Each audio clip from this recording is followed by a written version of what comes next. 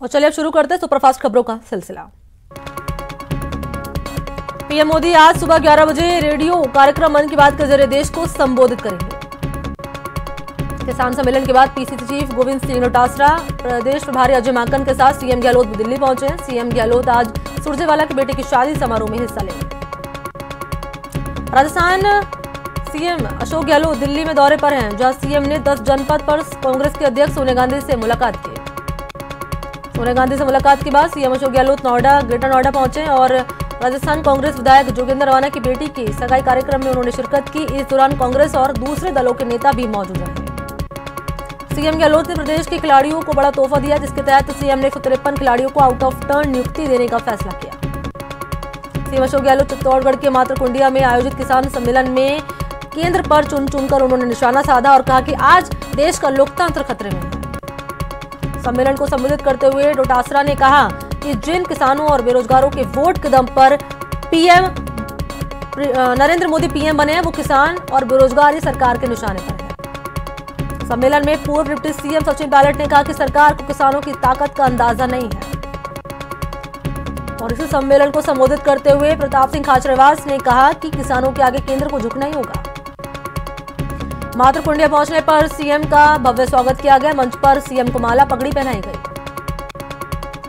इससे पहले सीएम अशोक गहलोत बीकानेर के डूंगरगढ़ में किसान सम्मेलन में उन्होंने केंद्र सरकार पर जमकर निशाना साधा। सीएम ने कहा कि सरकार नए कानून के दम पर किसानों को गुलाम बनाना चाहती है। दौसा के कांग्रेस विधायक मुरारीलाल मीणा ने डाक बंगले में जन सुनवाई की। अशोक गहलोत और सचिन पायलट की हेलीकॉप्टर में एक साथ बैठने की तस्वीर पर मीणा ने कहा कि कांग्रेस में किसी प्रकार का मतभेद नहीं है। बीजेपी के प्रदेश अध्यक्ष सतीश पूनिया ने दिल्ली में पार्टी के अध्यक्ष जेपी नड्डा से मुलाकात की है। पूनिया प्रदेश में होने वाले उपचुनाव समेत कई मुद्दों पर नड्डा को उन्होंने फीडबैक दिया। 1 मार्च से राजस्थान समेत पूरे देश में वैक्सीनेशन का दूसरा चरण शुरू होने वाला है, जिसको लेकर मुख्य सचिव निरंजन आर्य ने सचिवालय में बैठक की। राज्यपाल कलराज मिश्र ने पूर्व जस्टिस प्रताप कृष्ण लोहरा को नया लोक आयुक्त नियुक्त किया। प्रताप लोहरा एसएस कोठारी की जगह लेंगे। मार्च 2019 से पद खाली चल रहा था। राजस्थान में 4 विधानसभा सीटों पर होने वाले उपचुनाव की तारीखों का जल्द ही ऐलान हो सकता है। Bhuvnesh Sharma Rajasthan high court bar association के नए अध्यक्ष निर्वाचित हुए हैं। भुवनेश शर्मा ने अपने प्रतिद्वंदी महेश शांडिल्य को पराजित करके अध्यक्ष पद पर कब्जा किया। कांग्रेस नेता राहुल गांधी ने केंद्र सरकार पर जमकर वार किया है। तमिलनाडु में एक रैली को संबोधित करते हुए राहुल ने कृषि कानून को किसानों के लिए घातक बताया। कांग्रेस लीडरशिप से नाराज पार्टी के सीनियर नेताओं ने जम्मू में शांति सम्मेलन का आयोजन किया। कार्यक्रम में कांग्रेस नेता कपिल सिब्बल ने कहा कि कांग्रेस कमजोर हो रही है। और इस मौके पर गुलाम नबी आजाद ने भी कहा कि कांग्रेस में सभी धर्म, लोगों और जाति का सम्मान किया जाता है। हमारी यही पार्टी की ताकत है। कांग्रेस नेता मनीष तिवारी ने कहा कि आजाद एक संकल्पित कांग्रेसी नेता है। आजाद उन नेताओं में से हैं जो कांग्रेस को समझते हैं। पीएम मोदी ने वीडियो कॉन्फ्रेंसिंग के जरिए देश के पहले इंडिया टॉय फेयर 2021 का उद्घाटन किया। बंगलुरु के कारीगरों से बातचीत करते हुए पीएम मोदी ने कहा कि जब तक नया नहीं सोचेंगे और नए तरीके नहीं अपनाएंगे। जोधपुर में मेडिकल कॉलेज के फाइनल ईयर के स्टूडेंट ने खुदकुशी कर ली। छात्र केनाराम यूजी हॉस्टल में रहता था। बताया जा रहा है कि छात्र पढ़ाई को लेकर मानसिक रूप से परेशान चल रहा था। कोटा में पुलिस ने मादक पदार्थ के खिलाफ बड़ी कार्रवाई करते हुए 7 ग्राम स्मैक के साथ एक तस्कर को गिरफ्तार कर लिया। आरोपी के कब्जे से 3,90,000 रुपए और एक कार भी पुलिस ने बरामद की। जलौर के भीनमाल में एक बाइक बेकाबू होकर दुर्घटनाग्रस्त हो गई। हादसे में 2 लोगों की मौत हो गई, 2 लोग घायल हो गए हैं। कोटा के माखीजा पुलिया के पास एक तेज रफ्तार कार रेलिंग से टकराकर पलट गई। हादसे में कार सवार 6 लोग घायल हो गए। श्रीगंगानगर के घड़साना में 2 कारों की आमने सामने जबरदस्त भिड़ंत हो गई है। 2 लोगों की मौत हो गई है, जबकि 2 लोग गंभीर रूप से घायल हो गए। सिरोही में एक ऑटो और कैंपर जबरदस्त टक्कर हो गई। इनमें हादसे के बाद एक युवक की मौत हो गई है और बच्चों समेत 5 लोग घायल हो गए हैं। कोटा में पुलिस ने अवैध बजरी से भरे 3 ट्रकों को जब्त कर लिया है। फिलहाल पुलिस मामले की जांच कर रही है। धौलपुर जिले के बसेड़ी कस्बे में सड़क दुर्घटना में घायल सब्जी विक्रेता की इलाज के दौरान अस्पताल में मौत हो गई। सीकर के करड़ गांव में एक बुजुर्ग महिला की गला रेतकर हत्या करने का मामला सामने आया। जलौर के भीनमाल में एक बाइक बेकाबू होकर दुर्घटनाग्रस्त हो गई। हादसे में 2 लोगों की मौत हो गई, 2 लोग घायल हो गए। कोटा के माखीजा पुलिया के पास एक तेज रफ्तार कार रेलिंग से टकराकर पलट गई। कार सवार 6 लोग घायल हो गए। दिल्ली के प्रताप नगर इलाके में मौजूद एक फैक्ट्री में आग लग गई। जानकारी के मुताबिक फैक्ट्री के पहले फ्लोर से एक व्यक्ति का शव मिला है। चूरू के नेशनल हाईवे 52 पर 2 ट्रकों में आमने सामने भिड़ंत हो गई और इस हादसे में 4 लोगों की जिंदा जलने की पुष्टि हुई है। राजसमंद के नाथद्वारा में मिठाई की दुकान में आग लग गई और फायर ब्रिगेड ने आग पर काबू पा लिया कड़ी मुशक्कत के बाद। भीलवाड़ा के डाबला कचरा गांव में एक बाड़े में अचानक आग लग गई। आग में रखा 150 चारा ट्रॉली राख हो गया है। नुकसान की कीमत बताई जा रही है करीब 10 लाख रुपए। टोंक में अज्ञात वाहन की टक्कर से ट्रैक्टर ट्रॉली पलट गई। हादसे में चालक की मौके पर ही मौत हो गई। जोधपुर के मोगरा गांव के पास गुजरात से आए पर्यटकों की जीप खड़े ट्रक में जा घुसी। हादसे में जीप ड्राइवर की मौके पर ही मौत हो गई। 8 लोग घायल हो गए। अलवर पुलिस ने 3 साल से ज्यादा समय से फरार चल रहे आरोपी भगवान साय को गिरफ्तार किया। आरोपी 3 सालों से अपने रिश्तेदार के यहां रह रहा था। अजमेर के सिंगावल गांव में एक अंतिम संस्कार के दौरान मधुमक्खियों ने लोगों पर हमला कर दिया। करीब 40 से 45 लोग मधुमक्खियों के हमले के शिकार हो गए।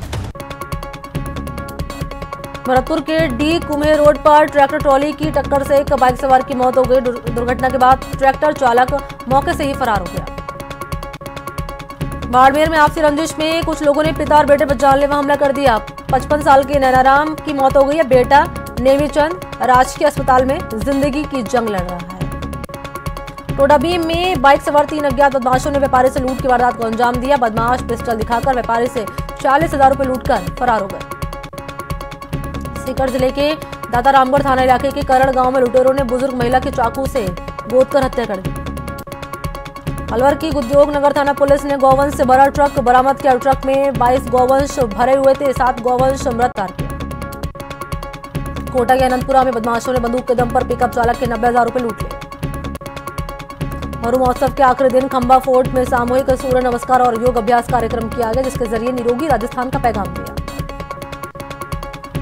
मरु महोत्सव के आखिरी दिन लानेला के रण में आयोजित हुई घुड़दौड़ आकर्षण का मुख्य केंद्र बनी रही। दौड़ का आयोजन सिंधी अश्व संस्थान जैसलमेर की ओर से किया गया, जिसमें जैसलमेर समेत प्रदेश के कई धावकों ने हिस्सा लिया।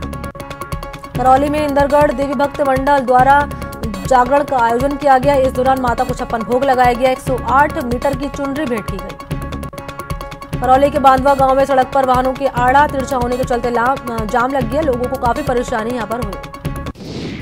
सीकर जिले के लोसल कस्बे में बाबा परमानंद की पुण्यतिथि के अवसर पर शोभा यात्रा निकाली गई और इस दौरान शोभा यात्रा का कस्बे वासियों ने स्वागत किया। सीकर जिला मुख्यालय पर बीजेपी के 2 दिवसीय प्रशिक्षण शिविर का आयोजन किया गया। इस अवसर पर बीजेपी के पदाधिकारी, सभी मोर्चा के पदाधिकारी, कार्यकर्ता मौजूद रहे। श्रीगंगानगर में नेहरू युवा केंद्र के तत्वाधान में जिला परिषद सभागार में नशा मुक्ति कार्यशाला का आयोजन किया गया। चूरू जिले के सदार शहर में पेट्रोल से जली महिला ने शनिवार को बीकानेर के पीबीएम अस्पताल में दम तोड़ दिया। श्रीगंगानगर में विकास अधिकारियों ने जिला परिषद कार्यालय में अपनी मांगों को लेकर सरकार की सद्बुद्धि के लिए यज्ञ किया। श्रीगंगानगर में आखिरी दिन खेलों की प्रतियोगिताएं बार संघ के पदाधिकारियों के बीच में आयोजित होंगी। अलवर में जिला स्तर पर आज रोजगार मेले का आयोजन किया गया। अलवर के काली मोरी स्थित राजकीय औद्योगिक प्रशिक्षण संस्थान में रोजगार मेला लगाया गया। अलवर शहर में संत शिरोमणि रविदास जी महाराज जी की 644वीं जयंती हर्षोल्लास के साथ मनाई गई। बूंदी में एक निजी रिजॉर्ट में आयोजित किए गए विमोचन समारोह में डॉक्टर नीतू न्यूवाल की चौथी पुस्तक cyber crime against women and children preventive measures का विमोचन किया गया। टोंक शहर में 9 साल के अंतराल के बाद होने जा रहे व्यापार महासंघ के चुनाव को लेकर व्यापारियों और प्रत्याशियों में खासा जोश नजर आ रहा है। जोधपुर में वैभव गहलोत ने पूर्व महापौर शिवलाल टाक की श्रद्धांजलि सभा में शिरकत करके उनके परिवार को सांत्वना दी। अजमेर में डीजीपी लाठर ने कहा कि साइबर अपराध और उसकी रोकथाम को लेकर अभी पुलिस की जानकारी पूरी नहीं हुई, उसे दुरुस्त करने के लिए मुख्यालय स्तर पर कवायद चल रही है। डूंगरपुर जिले के ग्राम विकास अधिकारी संघ ने विभिन्न मांगों को लेकर सरकार से मनवाने के लिए महादेव मंदिर में सत्याग्रह यज्ञ किया। उदयपुर के फतेह स्कूल मैदान में राज्य स्तरीय बाल बैडमिंटन संघ की ओर से प्रतियोगिता का आयोजन किया गया।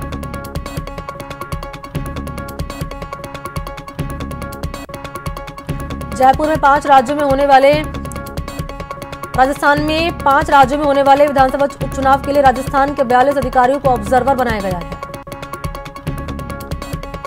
अलवर के जमालपुर गांव के उप स्वास्थ्य केंद्र का नवीनीकरण का निर्माण कार्य शीघ्र शुरू करवाने के लिए ग्रामीण लामबंद हो गए हैं। और यहां वक्त तो चला एक छोटे से ब्रेक का, जल्द लौटते हैं।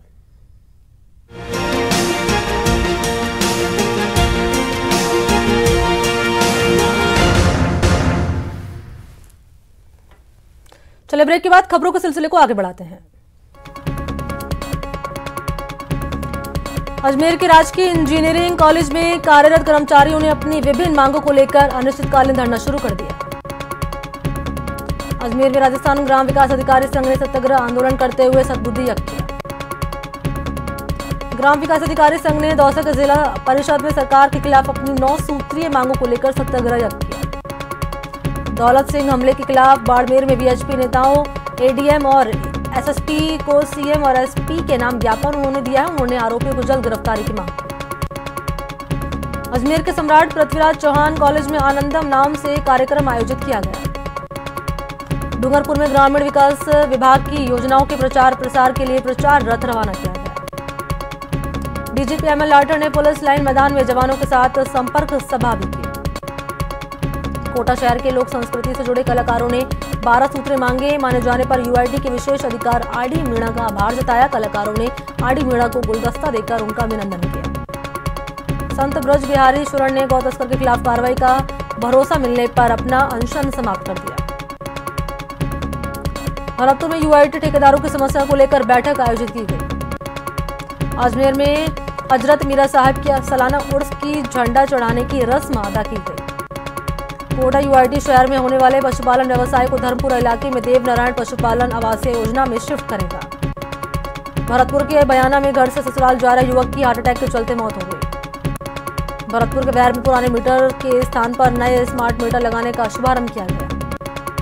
भरतपुर के महारानी श्री जया कॉलेज में विभिन्न समस्याओं को लेकर एनएसयूआई के अध्यक्ष पुष्पेंद्र गुर्जर के नेतृत्व में छात्रों ने प्रदर्शन किया। पंजाब में किसान आंदोलन को देखते हुए रेलवे ने स्वर्ण मंदिर मेल और पश्चिम एक्सप्रेस को रूट डाइवर्ट रूट से चलाने का फैसला किया। भरतपुर के कुम्हेर में एचपीसीएल की कानपुर टीम ने मॉक ड्रिल का आयोजन किया। कोटा रेल मंडल ने इतिहास रच दिया है। यहां एक प्रशिक्षण ट्रेन को 185 किलोमीटर प्रति घंटे की रफ्तार से दौड़ाया गया। सालों से बंद पड़ी कोटा के केशवराय पाटन शुगर मिल को शुरू करवाने की मांग को लेकर 17 दिन से किसान महापंचायत जारी है और इस पंचायत को अभी तक सरकार की ओर से कोई आश्वासन नहीं मिला है, जिसके चलते आंदोलन की अगुवाई कर रहे गिरिराज गौतम 3 मार्च से अनशन करेंगे। गर्मी में कोटा के लोगों को पेयजल संकट का सामना न करना पड़े, इसके लिए जलदाय विभाग तैयारियों में जुटा हुआ है। कोटा में बीजेपी कार्यकर्ताओं को 2 दिवसीय प्रशिक्षण शिविर शुरू। अखिल विश्व गायत्री परिवार के प्रतिनिधि और देव संस्कृति विश्वविद्यालय के वीसी डॉक्टर चिन्मय पंड्या ने गायत्री शक्तिपीठ में पूजा अर्चना की। राजसमंद की झील में करीब 40 साल बाद एक मगरमच्छ देखा गया। तालाब किनारे घूमने गए वन्यजीव प्रेमी ने इस मगरमच्छ को अपने कैमरे में कैद कर लिया। पिछले 24 घंटे में कोरोना से 16,019 मरीज सामने आए। इसके साथ ही देश में कुल मरीज का आंकड़ा हो गया है 1,10,79,000 के पार। और देश में 24 घंटे में कोरोना से 109 लोगों की मौत हो गई है। मरने वालों की संख्या हो गई है कुल 1,56,970। 24 घंटे में देश में 12,361 मरीज कोरोना के रिकवर भी हुए हैं।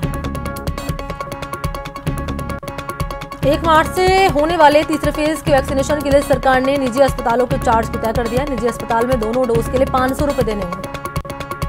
सरकार ने 150 रुपए प्रति डोज चार्ज तय किया है। इसके अलावा दोनों डोज मिलाकर 100 रुपए सर्विस चार्ज भी देना होगा। श्रीगंगानगर समेत प्रदेश में 1 मार्च से शुरू होने जा रहे कोरोना वैक्सीनेशन के तीसरे चरण के तहत 50 साल से ज्यादा उम्र के लोगों को कोरोना का टीका लगाया जाएगा, जिसकी तैयारियां जोरों पर हैं। और चलिए खबरें देख लेते हैं विस्तार से।